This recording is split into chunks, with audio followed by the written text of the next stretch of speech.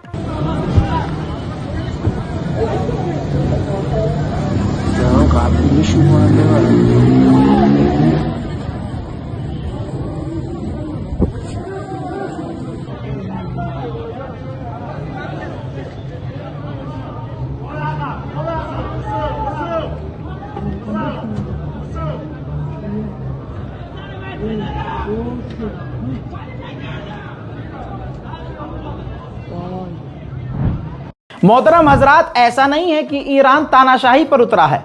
ये देखिए, Iranian official ने कल भी कहा था और आज भी कहा है कि जो प्रदर्शनकारी है वो हमारे अपने हैं और हम कदम उठा रहे हैं कि हम उनकी बातें सुने और उनकी जिंदगी की जो प्रॉब्लम्स हैं, सॉल्यूशंस उसका निकालें और आमने सामने बात करें। यह मामला इतना ज्यादा बढ़ गया है कि ईरान के राष्ट्रपति ने लेटर लिखा है पार्लियामेंट को और मांग की है लिखित में कि ईरान में जो महंगाई अचानक से बढ़ी, ईरान में जो मसले आ रहे हैं और जो यूथ और जनता परेशान है, उसका सॉल्यूशन निकाला जाए, जांच कमेटी बनाई जाए और जल्द से जल्द जनता का जो मसला है वो हल किया जाए। ईरान के ऑफिशियल ने ऑन रिकॉर्ड ये कहा, हमें मिसाइल चाहिए, हमें मिसाइल ताकत बढ़ानी है, इसमें हम कॉम्प्रोमाइज नहीं करेंगे। जब हमारी मिसाइलें काम करती हैं तो सामने से दुश्मन खुद सीज फायर की बात करता है, ये बात हकीकत है। उन्होंने अपने देश के अंदर जो मुद्दे हैं उस पर भी बात करी। उन्होंने कहा कि हम देख रहे हैं देश के हालात ख़राब हैं और ये बात सच है कि एक रात के अंदर गरीबी तो ख़त्म नहीं की जा सकती। हम ये भी मानते हैं कि हम गरीबी से लड़ रहे हैं और इतना बुरा हाल है हमारा कि हमने कुछ ही दिनों में 2 नेशनल बैंक भी बंद कर दिए हैं, लेकिन गरीबी एक रात में खत्म नहीं होती।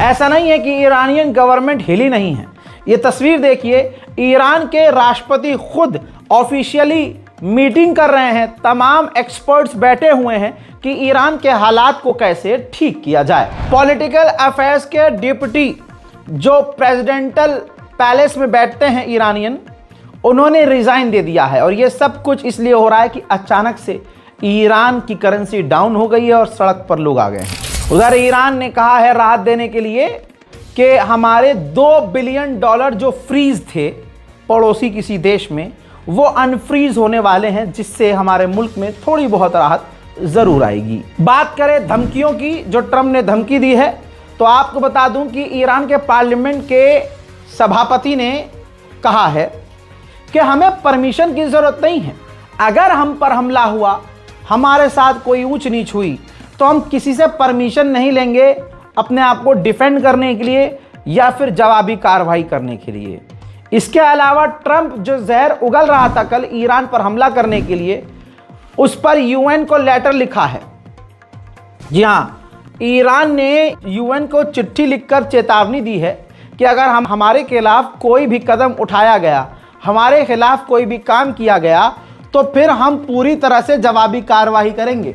फिर हमसे यह ना कहा जाए कि हमारी कोई गलती है। लगातार हमारे खिलाफ प्लानिंग की जा रही है, हमको धमकाया जा रहा है।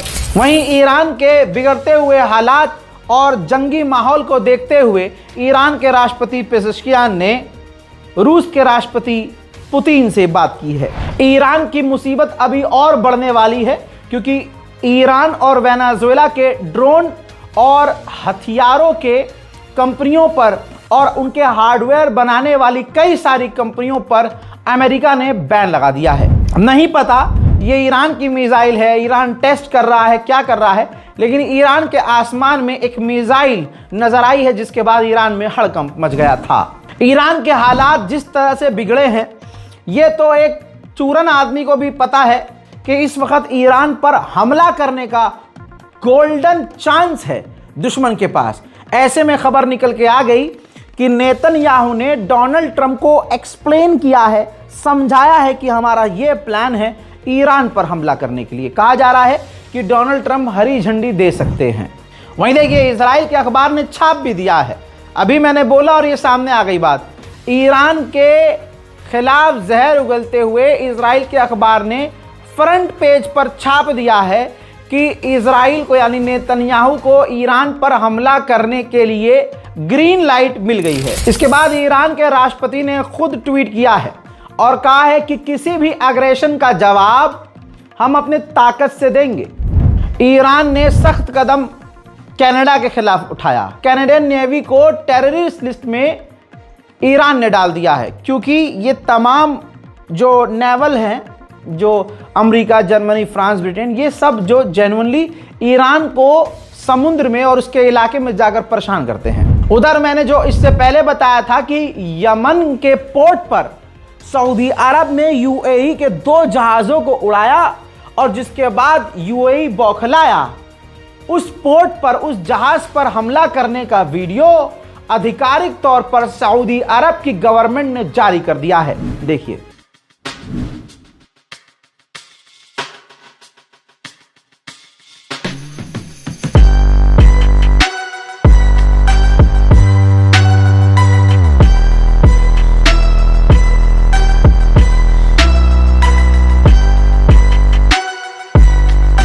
सऊदी अरब के मिलिट्री ऑफिशियल ने कंफर्म किया है कि ये जो यमन से जो जहाज आए थे, ये दोनों जहाज हथियार लेके आए थे और इन्होंने अपना ट्रैकर भी बंद कर दिया था, जिसके बाद हमें कार्रवाई करनी पड़ी। यमन के प्रेसिडेंटल लीडरशिप ने, जो लीडर हैं, उन्होंने आधिकारिक तौर बयान दिया और उन्होंने ऐलान कर दिया कि यमन का माहौल यूएई खराब करने की कोशिश कर रहा है, लिहाजा यमन यानी हम यूएई के साथ तमाम अपनी डील्स को रद्द कर रहे हैं।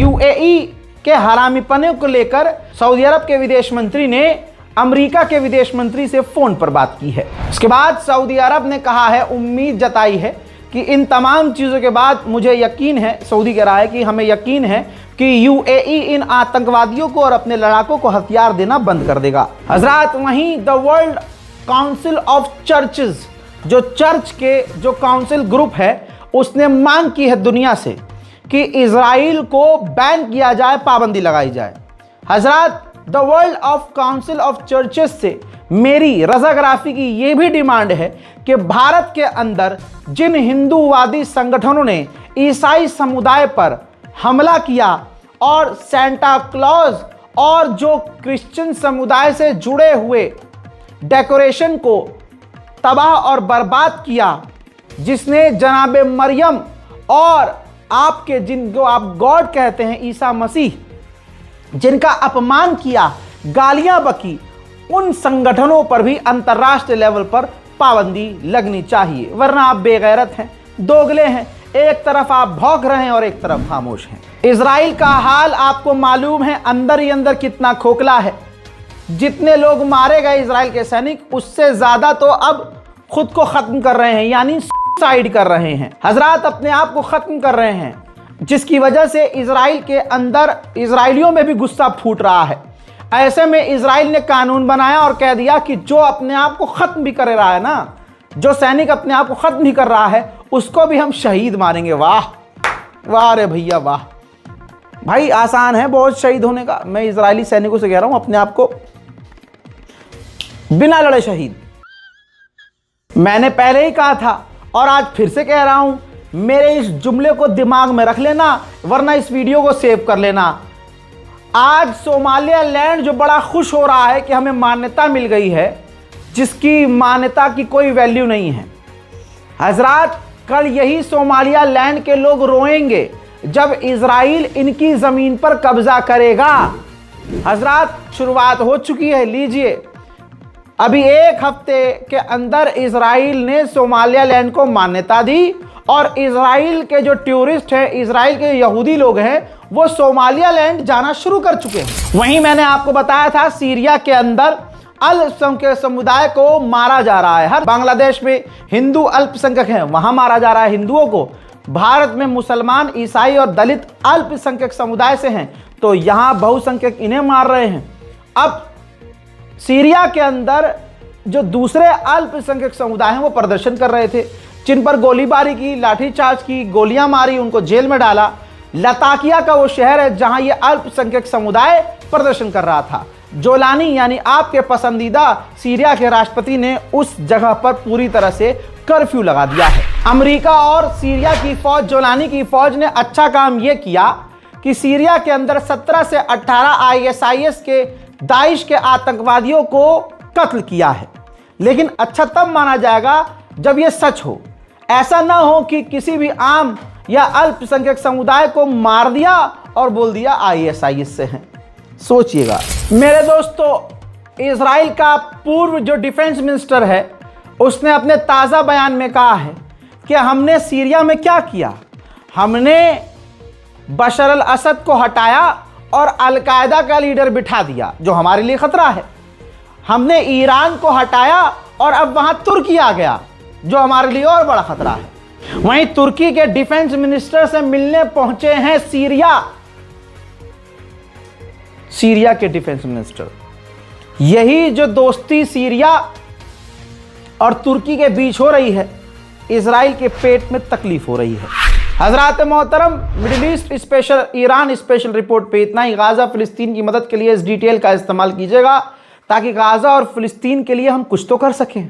इसके अलावा हम क्या ही कर सकते हैं। और अगर सबसे ज़्यादा हमें कुछ करना है, इन सबसे ऊपर की चीज़, तो दुआ है। दुआ कीजिए अपने लिए, अपने मुल्क के लिए, अपने हिंदुस्तान के मुसलमानों के लिए, उन मासूम हिंदुओं के लिए जो हिंदू आतंकवादी संगठनों के बहकावे में आकर गलत काम और गलत रास्ते पर जा चुके हैं। हजरात, मन करे तो आखिर में मेरे लिए भी दुआ कर लीजिएगा, वरना तो कोई बात है ही नहीं। खबरें तो मैं देता रहूँगा जब तक जिंदा हूँ। इस रिपोर्ट को शेयर कीजिए, दुआओं में याद रखिए, चैनल को सब्सक्राइब कीजिए। जय हिंद।